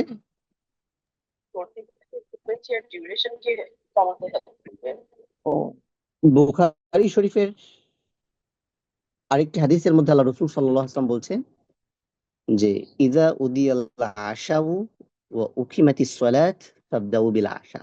রাতের খাবার পরিবেশিত হয় যখন ইকামত দেওয়া হয়, তাহলে তোমরা আগে খাবার খেয়ে নাও, তারপর এসে নামাজ পড়ো। যে রাতের খাবার তোমাদেরকে সার্ভ করা হয়েছে এই অবস্থায় ইকামত দেওয়া হচ্ছে, তাহলে আগে খেয়ে নাও, পরে নামাজ পড়ো। ক্যান ইউ ইমাজিন যে বিষয়টা কত গুরুত্বপূর্ণ? আরো অসংখ্য হাদিস আছে, হ্যাঁ। মানে ইদা কুদ্দিমাল আশাউ ফাবদাউ বিহি ক্বাবলা আন তুসাল্লু সালাতাল মাগরিব ওয়ালা তাজআলু আন আশাইকুম। রাতের খাবার পরিবেশিত হয়ে গেলে তোমরা তা মাগরিবের নামাজের আগেই খেয়ে নেবে এবং তোমাদের খাবার রেখে নামাজে তাড়াহুড়ো করবে না। এরপরে হচ্ছে নামাজের পূর্বে অধিক না খাওয়া। হুম, তাইলে খাইতে বসলে ঠিক আছে, খাইতে বসলে কি ঠিক আছে, কিন্তু এমন ভাবে খাওয়া যাবে না যে আপনি আর নড়তে পারছেন না। তাহলে নড়তে যদি না পারেন তাহলে নামাজ কিভাবে পড়বেন? এটা তাকওয়ার একটা স্তর আছে। তাকওয়ার স্তরের মধ্যে একটা স্তর হচ্ছে যে একজন মুত্তাকি তার হালাল খাবার বর্জন করবে যখন সে দেখবে তার এই হালাল খাবার তার ইবাদতের ক্ষেত্রে সহায়ক না। অর্থাৎ পেট পুরে যদি খায় তখন সে আর কখনোই নামাজে নিজেকে একাগ্র রাখতে পারবে না। দ্যাটস ওয়াই সে এই হালাল খাবারও কি করবে? পরিত্যাগ করবে। মানে অল্প খাবে, নির্দিষ্ট পরিমাণ। এরপরে প্রত্যেকটা জিনিসের আর অনেক বর্ণনা আছে, আমি সংক্ষিপ্ত করছি এখন, কেমন? এগুলো এক একদিন এক একটা বিষয় নিয়ে আলোচনা করলে ভালো হইতো আই থিঙ্ক। এখন মনে হচ্ছে বাট এত ধৈর্য আপনাদের হবে কিনা এই জন্য আমি শেষ করছি। এরপর হচ্ছে প্রাকৃতিক প্রয়োজন চেপে রাখে নামাজটা পড়া। অনেক সময় আমরা এটা খেয়াল করি, সেটা হলো যে আমার তো অজু আছে, আগে নামাজটা পড়ে নেই তাড়াহুড়া করে। এই অবস্থায় নামাজ পড়াটা ওয়ান কাইন্ড অফ মাকরু। এই অবস্থায় নামাজ পড়া যাবে। লা সলাতা বিহাদরাতি তাম ওয়ালা হুয়া ইউদাফিউহুল আখবাস। খাবার উপস্থিত হলে যেরকম নামাজ আদায় চলবে না, এমনকি প্রাকৃতিক প্রয়োজনের বেগ নিয়েও নামাজ কালাম চলবে না। আগে সেরে এরপরে নামাজ।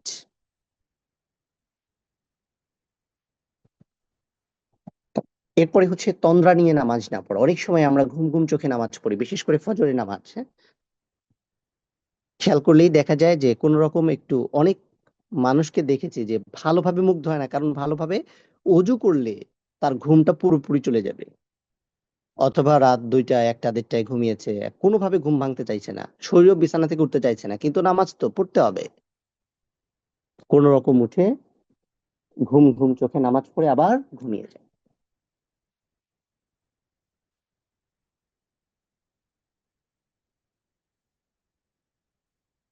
এরপরে হলো দৃষ্টি অবনত রাখা।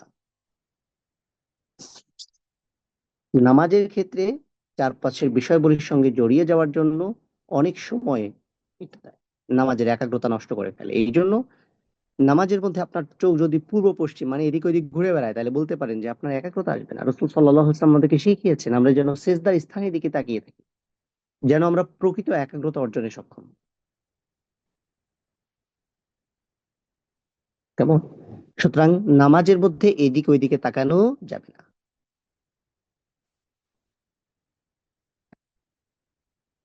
এরপরে হচ্ছে চারপাশের আওয়াজ বন্ধ রাখা।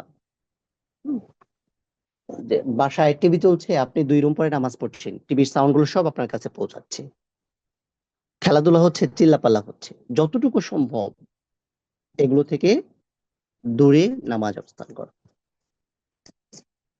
এরপরে মোবাইল ব্যবহারে কি করা, সতর্কতা হওয়া। অনেক নামাজি নামাজের সময় ফোন আর বন্ধ করে না, কি করে, ভাইব্রেট দিয়ে রাখে, ইত্যাদি ইত্যাদি, নানান ইস্যু। এটা নামাজের একদম একাগ্রতা কি করে, কেড়ে নেয়। আপনি বাসায় নামাজ পড়ছেন, তারপরেও নামাজের মধ্যেই কল চলে আসলো, হোয়াটসঅ্যাপে একটা মেসেজ চলে আসলো, এটা হয়তো কোরআন ক্লাসের মেসেজ, কিন্তু আপনার নামাজের একাগ্রতা কি করে ফেললো, নষ্ট করে ফেললো। এগুলো সব ডিটেইল বর্ণনা আছে, বাট আমি খুব ব্রিফ শেষ করছি। আর হচ্ছে নামাজের মধ্যে আমাদের অনেকেই আঙুল নিয়ে খেলা করে, অনর্থক আঙুল নড়াচড়া করে, কখনো হাত দিয়ে শরীরের কোনো কিছু স্পর্শ করে, কখনো স্থিরভাবে ধরে থাকে, ইত্যাদি ইত্যাদি। এগুলো নামাজের একাগ্রতার বিপরীত। কোনো কোনো নামাজি হয়তো নামাজের মধ্যে হঠাৎ চিন্তা করছে, এই আমার দোকানের চাবি আমার কাছে আছে নাকি, পকেট খুঁজে, এরকম। কেমন। আর এটা হচ্ছে নামাজের সময় সূত্র গ্রহণ করা, অর্থাৎ আপনি যখন একাকী নামাজ পড়েন অথবা মানুষদের ইমাম হন, তখন আপনার উচিত হচ্ছে আপনার সামনে এমন একটা সূত্র গ্রহণ করা যার পেছনে আপনি নামাজ আদায় করবেন। এটা কোনো লাঠি হইতে পারে, কোনো ব্যাগ হইতে পারে, কোনো বস্তু হতে পারে, যেন কোনো মানুষ আপনার নামাজের ব্যাপারে যত্নশীল হয়, সতর্ক হয়, আপনার নামাজে বিরক্ত করার ব্যাপারে বা ডিস্টার্ব করার ব্যাপারে সে সতর্ক হয়। দেন নামাজের পরপরই কোনো কাজ করবে, এবং এবং আমরা অনেক সময় বলে থাকি যে ঠিক নামাজ পড়েই আমরা বসবো, তখন নামাজের একাগ্রতা নষ্ট হয়ে বরং নামাজের পরবর্তী কাজের প্রতি আমাদের মনগুলো কি হয়ে যায়, নিবদ্ধ হয়ে যায়। ফলে নামাজের একাগ্রতা কি হয়ে যায়, নষ্ট হয়ে যায়। সুতরাং নামাজের পরপরই কোনো কাজের জন্য সময় নির্ধারণ না করা। তেমন এরকম আরো অনেক মৌলিক বিষয় আছে, আহ ব্যক্তি ভেদে এগুলোর ভিন্নতা আসতে পারে। দেন প্রথম ব্যাপার হচ্ছে আমরা নামাজ কোথায় পড়ি, মসজিদে অথবা বাড়িতে। আমাদের মসজিদগুলো কেমন হওয়া উচিত, এখানে মসজিদের কিছু বৈশিষ্ট্য বর্ণনা করা হয়েছে। দেখেন, মসজিদের সৌন্দর্য হলো এখানে নামাজের বিনয় এবং একাগ্রতার মাঝখানে। আনাস বিন মালিক রাদিয়াল্লাহু তাআলা বলেন, মসজিদে নবী সম্পর্কে আমাদের নিকট বর্ণনা করে তিনি বলছিলেন যে, আমি তোমাদেরকে বলছি, এই স্থানে মুশরিকদের কবর এবং ধ্বংসস্তূপ ছিল। এখানে ছিল খেজুর গাছ। জমি ক্রয় করার পরে আল্লাহ রাসূল সাল্লাল্লাহু আলাইহি ওয়াসাল্লামের নির্দেশে মুশরিকদের কবরগুলো খুঁড়ে ফেলা হলো, বিধ্বস্ত স্থানগুলো সমতল করা হলো, খেজুর গাছগুলো কেটে ফেলা হলো। পরে সাহাবীরা খেজুর গাছের কাণ্ডগুলোকে মসজিদের সামনের দিকে খুঁটি হিসেবে সারিবদ্ধ করে রাখলেন এবং কাণ্ডগুলোর 2 পাশ পাথর বসালেন। সাহাবীগণ পাথর তুলছিলেন আর ছন্দবদ্ধ কবিতা আবৃত্তি করছিলেন। এমনকি রাসূল সাল্লাল্লাহু আলাইহি ওয়াসাল্লাম তাদের সঙ্গে কবিতা আবৃত্তি করে বলছিলেন, আল্লাহুম্মা লা খায়রা ইল্লা খায়রুল আখিরা, হে আল্লাহ, আখিরাতের কল্যাণের বাইরে আর কোনো কল্যাণ নাই। ফাগফির লিল আনসার ওয়াল মুহাজির, হে আল্লাহ তুমি আনসার এবং মুহাজিরদেরকে ক্ষমা করে দাও। এভাবেই নির্মিত হয়েছে সেই মসজিদ যা পুরো বিশ্বের গতিপথ পাল্টে দিয়েছে। পাথর আর খেজুর গাছ, সাদামাটা কিন্তু পরিচ্ছন্ন, নীরব ছিল কিন্তু প্রশান্তিময় ছিল। আর মুসলমান অর্থাৎ মুসল্লি যারা ছিল, এখানে যারা নামাজ পড়তো, তাদের মধ্যে ছিল অমায়িক সম্প্রীতি। সুবহান। আমরা কখনো এরকম একটি মসজিদের আকাঙ্ক্ষা করেছি? না, আমাদের কাছে মসজিদ মানেই অন্য কিছু। মসজিদের ক্ষেত্রে গুরুত্বপূর্ণ বিষয় যেগুলো খেয়াল রাখতে হবে, সে মসজিদের অতিরিক্ত সাজসজ্জা বর্জন করা। মা উমিরতু বিতাশবিদ মাসাজিদ, রাসূল সাল্লাল্লাহু আলাইহি ওয়াসাল্লাম বলেছেন, আমাকে মসজিদগুলো সুউচ্চ এবং অধিক কারুকার্যময় করার নির্দেশনা দেওয়া হয় নাই।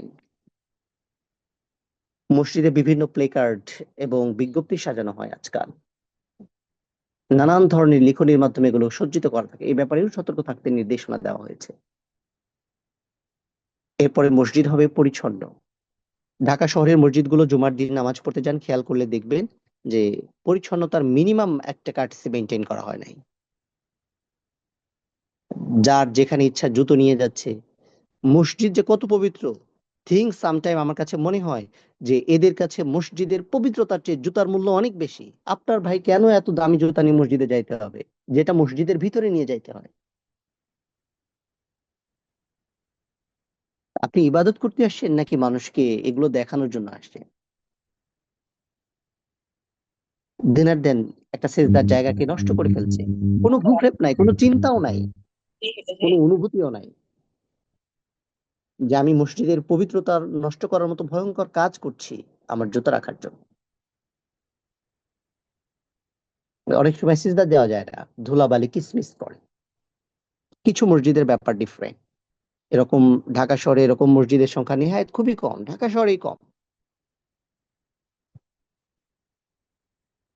এরপরে মসজিদকে সুবাসিত করার ব্যাপার বলা হয়েছে, অর্থাৎ দুর্গন্ধ থেকে মুক্ত রাখার ব্যাপারে সীমাবদ্ধ দেওয়াই হয়নি, বরং এটাকে সুবাসিত রাখার কথা বলা হয়েছে। ذلك ومن يعظم شعائر الله فإنها من تقوى القلوب। যদি কেউ এটা করে তাইলে সেটা আল্লাহ সুবহানাহু ওয়া তাআলার নিদর্শনকে সম্মান করা, এবং সেটা তাকওয়ার খুব কাছাকাছি। তারপর মসজিদটা এমন হওয়া উচিত যেখানে পর্যাপ্ত পরিমাণ আলো বাতাসের ব্যবস্থা, এটাকে আলোকিত রাখা ইত্যাদি ইত্যাদি ব্যবস্থা আছে। যেহেতু ক্লাসে অধিকাংশ শিক্ষার্থী বোন, সুতরাং আমি আমার আলোচনাগুলো তাদের জন্য নিবন্ধন করছি। দেখেন, আমাদের মসজিদে যাওয়ার সুযোগ খুবই কম। যারা যেতে পারেন আলহামদুলিল্লাহ, তারপরে 5 ওয়াক্ত মসজিদে যাওয়ার সুযোগ আমাদের খুবই কম হয়। 5 ওয়াক্ত নামাজ মসজিদে গিয়ে পড়ার ব্যাপারে আমি আপনাদেরকে উদ্বুদ্ধ করছি না। এটা জায়েজ আছে, পড়তে পারেন, কোনো সমস্যা নেই, কিন্তু মৌলিকভাবে এই কাজটা বাড়িতে সম্পাদনা করার জন্যই আমাদের সালাফদের নির্দেশনা রয়েছে। দেখেন, আমাদের বাড়ি আমাদের মসজিদ। আমাদের অনুভূতিগুলো তৈরি হয়, আমাদের স্বপ্নগুলো বড় হয় আমাদের বাড়িতেই। আমাদের ভবিষ্যৎ প্রজন্মগুলো লালিত পালিত হয় এমন একটা পরিবেশ দেখে, যেটা আমরা আমার বাসাতে তৈরি করি। আপনার বাসায় সুন্দর ড্রয়িং রুম আছে, আপনার বাসায় সুন্দর ডাইনিং রুম আছে, কিন্তু আপনার বাসায় নামাজের জন্য একটা নির্দিষ্ট জায়গা নাই। কখনই কল্পনা করেছেন আপনার বাসা আপনার সন্তানের ভবিষ্যৎ তৈরিতে কতটা গুরুত্বপূর্ণ ভূমিকা পালন করে? আপনার সন্তান এটা দেখে বড় হয় যে আপনার বাসার সবচেয়ে গুরুত্বহীন জায়গার নাম হলো নামাজের জায়গা, যেটার জন্য আসলে নির্দিষ্ট কোনো জায়গাই নাই। আপনার সন্তান এটা দেখে বড় হয় যে বাসায় বিশাল টিভি রাখার জন্য সুন্দর একটা রুম দরকার আছে, কিন্তু নামাজের জন্য কোনো নির্দিষ্ট জায়গার দরকার নাই। আমার আপনার সন্তান যখন এটা দেখে বড় হয় যে বাসার ড্রয়িং রুমটাকে সুসজ্জিত করা জরুরি, কিন্তু নামাজের জায়গাটা নয়, এভাবেই সে নিজের অন্তরে পরকাল বিমুখ দুনিয়ামুখী এক জীবন তৈরিতে উদ্বুদ্ধ। সে অনুভব করে আমার বাবা মায়ের কাছে নামাজের জায়গাটা কত গুরুত্বহীন। সে অনুভব করে এই বিশাল ফ্ল্যাটের মধ্যে অজু করার জন্য তার একটি নির্দিষ্ট জায়গা নাই। সে হয়তো এটা জানে না যে আমাদের প্রচলিত ওয়াশরুম গুলোতে আসলে অজু করলে অনেক সময় নামাজ না হওয়ার যথেষ্ট সম্ভাবনা থাকে। ওয়াশরুম এবং টয়লেটের মাঝখানে যে একটি আলাদা দেয়াল তুলতে হয়, এইটা হয়তো আমাদের এই অনুভূতিতেই নাই। আমাদের অনেকের ক্ষেত্রেই হয়তো এই কথা সত্য যে আমাদের আসলে এই অ্যারেঞ্জমেন্ট করার সুযোগ নাই। আপনার জীবনে যদি 2 লাখ টাকা দিয়ে একটা ফ্রিজ কেনার মতো, একটা গাড়ি কেনার মতো সামর্থ্য থাকে, তাইলে আপনি ভাড়া করা বাসাতেও ওয়াশরুমে ছোট্ট 2 ফিট 4 ফিট কাচের দেয়াল তোলার মতো অবস্থা, টাকা, সম্পদ এগুলো কি আপনার নাই? আপনার যদি একটা এসি কেনার সামর্থ্য থাকে, তাহলে এই ছোট্ট কাজটা করার মতো সামর্থ্য কি আমার আপনার আছে?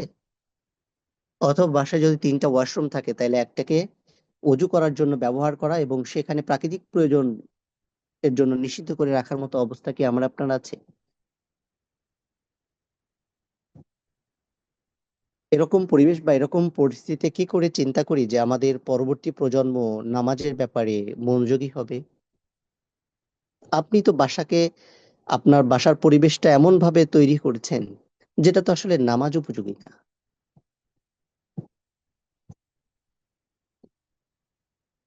বাসার পরিবেশটা তো এমন করা উচিত যেই জায়গাটাতে প্রবেশ করার সাথে সাথে একজন মানুষ নামাজের ব্যাপারে একাগ্র হয়ে উঠবে। নামাজ শুরুর আগেই তার হৃদয়, দেহ, মন সব নামাজের প্রতি নিমন্ত্রিত হবে। সুতরাং আমরা অনেক সময় বলি বাচ্চারা কথা শোনে না, বাচ্চারা নামাজ পড়ে না। আপনি বাচ্চাদের নামাজের জন্য আসলে কি করেছেন?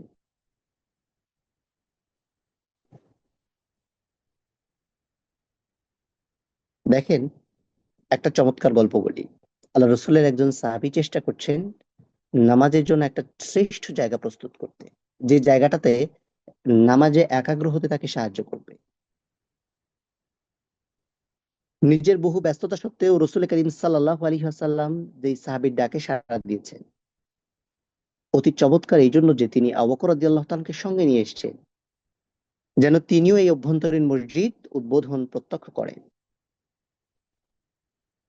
চমৎকার এই জন্য যে তারা এই গৃহকেন্দ্রিক মসজিদে জামাতের সাথে নামাজ আদায় করছেন। আল্লাহ রসুলের সাহাবীর নাম ছিলেন ইতবান ইবনে মালিক রাদিয়াল্লাহু তাআলা। তিনি বাসার মধ্যে নামাজের একটা জায়গা পারিবারিকভাবে জামাতের সাথে নামাজ আদায় করার জন্য এরকম একটি চমৎকার জায়গা তৈরি করে এটা উদ্বোধন করার জন্য ডেকে এনেছেন আল্লাহ রসুল সাল্লাল্লাহু আলাইহি ওয়াসাল্লাম, সাথে তার প্রিয় সাহাবী আবু বকর রাদিয়াল্লাহু। সুতরাং আসলে নামাজের জন্য বাসার একটা গুরুত্বপূর্ণ জায়গা তৈরি করাটা আমাদের জন্য অত্যন্ত জরুরি, এবং এটা এত বেশি গুরুত্বপূর্ণ যে আমার একটা ড্রয়িং রুম ধ্বংস করে যদি এই কাজ করতে হয় তাহলে আমাকে সেটা করা অত্যন্ত জরুরি। একটা ড্রয়িং রুম ছোট করে যদি এটাকে আলাদা করতে হয় তাহলে সেটা করা আমাদের জন্য জরুরি। এই জন্য সামহাউ নামাজে একাগ্রতা বাড়ানোর ক্ষেত্রে আমি আমলের কিছু বিষয় আপনাদের সামনে উপস্থাপন করেছি যেগুলো আমাদের এই স্তরের মানুষের সাথে যায়। দেন দ্বিতীয় যে বিষয়টা গুরুত্বপূর্ণ সেটা হচ্ছে পরিবেশ তৈরি করা। কিভাবে করা যেতে পারে সেটা হচ্ছে একটা নির্দিষ্ট স্থানকে বাসার মসজিদ নামে অভিহিত করা। মসজিদ মানে কি? আমি আমার রিলটা দাও তো। সেজদা করার জায়গা। মসজিদ মানে হলো সেজদা করার জায়গা। সুতরাং আপনার বাসায় কোথায় সেজদা করা হবে সেই জায়গাটাকে আইডেন্টিফাই করা, নির্দিষ্ট করা, নির্ধারিত করা, এবং সেই জায়গাটাকে হট্টগোল এবং চলাচল মুক্ত রাখতে চেষ্টা করা। আপনি কি নামাজের আগে এটাকে কমপ্লিটলি পবিত্র করতে পারছেন? জায়গাটাকে আসলেই পবিত্র হচ্ছে, অথচ নামাজের গুরুত্বপূর্ণ আহকামের একটা এটা। বাইরে থেকে এসে এটা পা দিয়ে কেউ নষ্ট করে ফেলেছে, আমরা মনে করছি মুসাল্লা বিছাচ্ছি, দ্যাটস গুড, পবিত্র হয়ে যাচ্ছে, অথচ এটাকে আলাদা মর্যাদায় রাখার দরকার ছিল।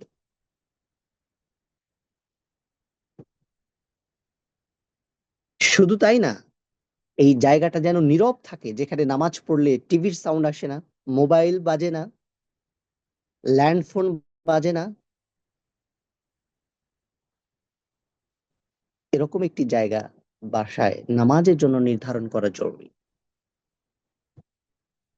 এমনকি সেই স্থানটি হইতে হবে যেখানে এমন কোনো চিত্র থাকবে না যেটার দিকে চোখ যাইতে পারে। এটা তো অনেক পরের ব্যাপার।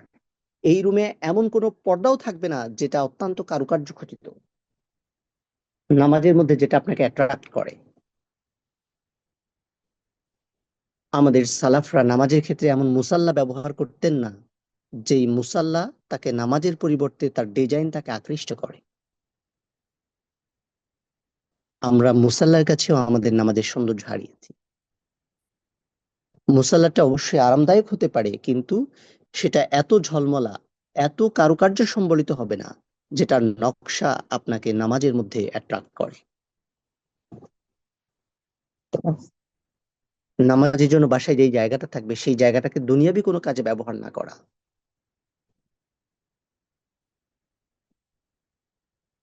এরকম শুনশান নীরব একটা জায়গায় পাক পবিত্র এবং দেখতে খুবই সাধারণ কিন্তু নামাজ উপযোগী একটা পরিবেশ যদি আমরা তৈরি করতে পারি, এবং এটার গুরুত্ব যদি আমাদের কাছে থাকে, তাহলে আমাদের পরবর্তী প্রজন্ম এটা দেখে বড় হবে।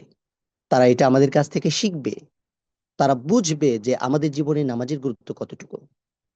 ফলে কিছুটা হলেও তারা তাদের দুনিয়াবী জিন্দেগি তৈরি করার ক্ষেত্রে নামাজের বিষয়গুলোকে গুরুত্বের সাথে বিবেচনা করতে শিখবে। কিন্তু আমরা যেভাবে আমাদের পরিবার, আমাদের সমাজ, আমাদের বাসাগুলো তৈরি করছি, আপনি সারা দিন চিল্লাপাল্লা করে একজন সন্তানকে কখনো এই জায়গায় নিয়ে আসতে পারবেন না।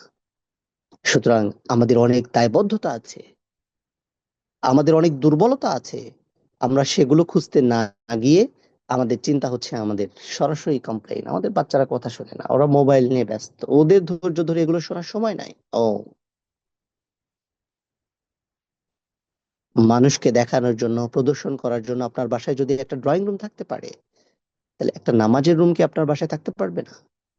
থিংক ইউ দ্যাট, যে আপনার কাছে নামাজ গুরুত্বপূর্ণ নাকি টিভি দেখার জন্য, আড্ডা দেওয়ার জন্য, আপনার ইমান আমল ধ্বংস করার জন্য এই ড্রয়িং রুমটা গুরুত্বপূর্ণ? দেন আমরা নিজেরাও পারছি না, অন্যদেরকেও এই ব্যাপারে উদ্বুদ্ধ করতে পারছি না। এটা আমাদের জীবনের এক চরম ব্যর্থতা। এই ব্যর্থতা থেকে যদি আমরা বের না হয়ে এসে আমরা যদি সারাদিন আফসোস করতে থাকি, চিল্লাপাল্লা করতে থাকি, হাউকাউ করতে থাকি, সমাজ, ব্যক্তি, পরিবার জীবনে কোনো পরিবর্তন আসবে না। দিন শেষে আরেকটা কথা বলে শেষ করি, দুনিয়াবি ব্যস্ততা কমাতে চেষ্টা করো, আখিরাত কেন্দ্রিক ব্যস্ততা বাড়াতে চেষ্টা করুন। দেখবেন আল্লাহ সুবহানাহু ওয়া তাআলা আপনার জীবনকে সহজ করে দিচ্ছে। আর দুনিয়াবি ব্যস্ততা যত বাড়াবেন, ব্যবসা বাণিজ্য যত বেশি সম্প্রসারণ করবেন, দুনিয়াবি নিয়ে, সন্তান সন্ততি নিয়ে যত প্রত্যাশা বাড়াবেন, আপনার দুনিয়ার জীবন তত বেশি কণ্টকপূর্ণ হবে, তত বেশি ঝামেলা এসে আপনার জুটবে। আমি আপনি হয়তো মুহূর্তেই পরিকল্পনা করি যে এই কাজটা শেষ হয়ে গেলে হয়তো আমরা একটু রিল্যাক্স হয়ে যাব। বিলিভ ইট অর নট, জীবনেও আপনার এই ব্যস্ততা কখনোই শেষ হবে না, বরং ব্যস্ততা বাড়তে থাকবে। আপনার জন্য আখিরাত কেন্দ্রিক সময় আর কখনোই তৈরি করা হবে না, কারণ আপনি যেটা পছন্দ করছেন আপনার রব সেই কাজেই আপনাকে ব্যস্ত করে ফেলছে। এজন্য দুনিয়াবি কাজ কমিয়ে ফেলুন, আখিরাত কেন্দ্রিক কাজ এবং ব্যস্ততা বাড়াতে চেষ্টা করুন। আপনার চিন্তা চেতনা, আপনার মন মানসিকতা, আপনার অ্যাক্টিভিটি আপনার সন্তানের জন্য আদর্শ। আপনাকে দেখেই আপনার সন্তান বড় হবে, সে তার জীবন মান, সে তার জীবনের লক্ষ্য উদ্দেশ্য নির্ধারণ করবে। সুতরাং এই ব্যাপারগুলোতে আমরা যেন যত্নশীল হই। আল্লাহ সুবহানাহু ওয়া তাআলা আমাদেরকে ধীরে ধীরে নামাজের প্রত্যেকটি স্তরে উপনীত হয়ে একজন প্রশান্ত হৃদয়ের নামাজি হিসেবে এই দুনিয়া থেকে বিদায় নেওয়ার তৌফিক দান করেন। সুবহানাকাল্লাহুম্মা ওয়া বিহামদিকা, নাশহাদু আল্লা ইলাহা ইল্লা আনতা, নাস্তাগফিরুকা ওয়া নাতুবু ইলাইক।